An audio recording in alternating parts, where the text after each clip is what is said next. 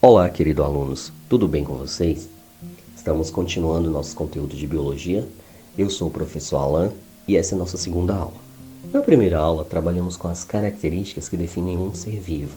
Nessa aula, iremos trabalhar um pouco com os níveis de organização. Quando falamos em níveis de organização, temos que pensar que os organismos, eles se relacionam com outros organismos, mas que também existem níveis de organização dentro do próprio organismo. Aí iremos trabalhar desde a menor parte possível, que a gente consegue criar um vínculo de organização, até relacioná-lo com o planeta Terra, ou seja, até a biosfera, um conjunto completo. Bem, analisando qual seria a menor partícula, a menor parte que estrutura um organismo. Vamos pensar no átomo. Sim, eu sei que o átomo ele ainda tem outras partículas menores, tem os elétrons, prótons, nêutrons, partículas subatômicas, mas deixa isso para a química.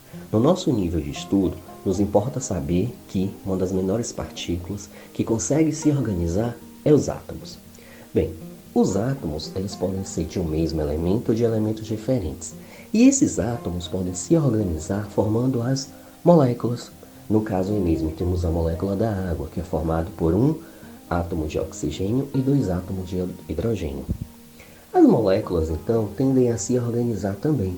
E nessa organização, eles podem formar compostos complexos que se organizam formando o quê? As organelas. Também se organizam formando as membranas. As organelas, vamos pensar que elas são unidades estruturais e funcionais da célula. Existem organelas especializadas na digestão celular, por exemplo, organelas especializadas na respiração celular. Essas organelas então vão se unir junto com outras organelas e com as membranas e formar a célula. Bem, a célula é quando começa mesmo a vida. É a menor unidade funcional da vida, é a célula. Tanto que as bactérias possuem apenas uma célula, ou seja, a nível celular, a gente já pode considerar uma única célula como vida. Agora, nós, seres humanos, por exemplo, que tem trilhões e trilhões de células, essas células conseguem se organizar entre si. E se analisarmos as células do corpo humano, vamos ver que as células são diferentes uma da outra. Quando células que têm a mesma função e são iguais em estrutura se agrupam, elas formam tecidos. Os tecidos, então, vão se agrupar formando os órgãos. E um órgão se agrupa a outro órgão que tendem a realizar funções com a mesma característica, com a mesma finalidade, formando sistemas. Por exemplo, o sistema digestório. O sistema digestório é composto pela boca, pela traqueia, laringe, pelo estômago, esôfago. Tudo isso faz parte do sistema digestório, ou seja, são órgãos que compõem um sistema. Porém, no corpo do organismo, ele não tem apenas um sistema, existem vários sistemas. Então, o sistema se agrupa para formar o quê? Para formar o organismo.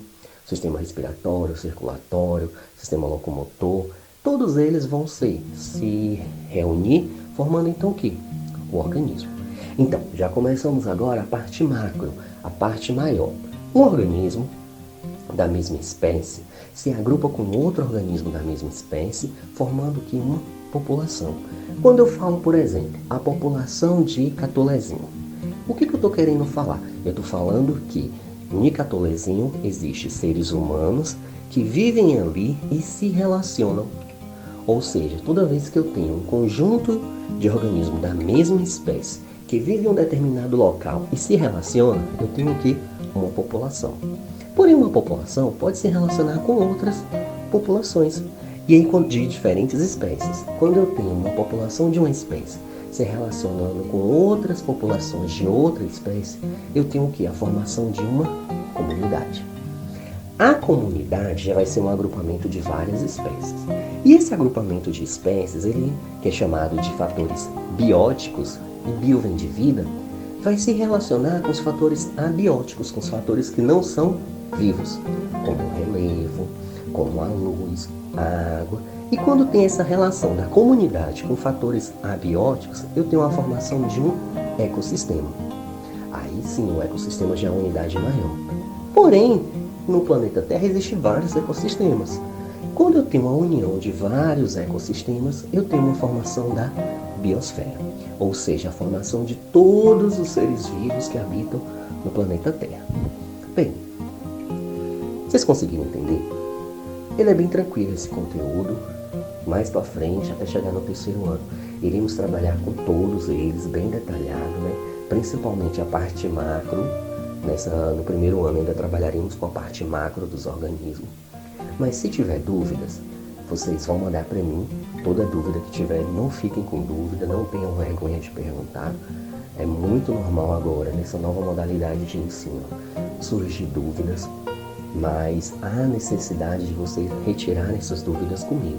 E nós, professores, estamos ali no WhatsApp.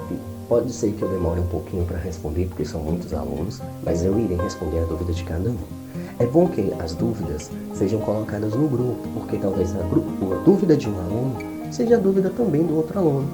Para a gente agilizar o processo, colocando no grupo vai facilitar mais. Bem, agora é a hora de vocês. É a hora de vocês colocarem em prática aquilo que aprendeu. No PDF que eu mandei para vocês, vocês irão responder a atividade que está na página 13. Aí vocês vão responder, copiando no caderno as respostas. Não tem necessidade de copiar as questões. E tirar foto com o seu nome lá e mandar para mim. É muito importante que as atividades sejam realizadas. Por quê, professor? Porque como estamos vivendo um ensino remoto, nós não estaremos muito na escola para realizar a prova, para fazer as avaliações. Então a gente tem que atribuir notas a vocês. E as notas de início vão ser atribuídas com base na participação e na comprometimento dos alunos. Então vocês têm que participar, as atividades vocês têm que fazer e mandar para mim. Se vocês não estivessem na sala, não estariam fazendo, então vocês ainda têm, fazendo ensino remoto, escolher qual é o melhor horário que vocês possam fazer. Sempre eu irei dar um prazo para vocês me entregar a atividade. Tudo bem? Ficamos combinados assim. Então, respondam a atividade. Se tiver dúvida, pode me chamar e vamos junto aí nessa caminhada. Valeu, galera!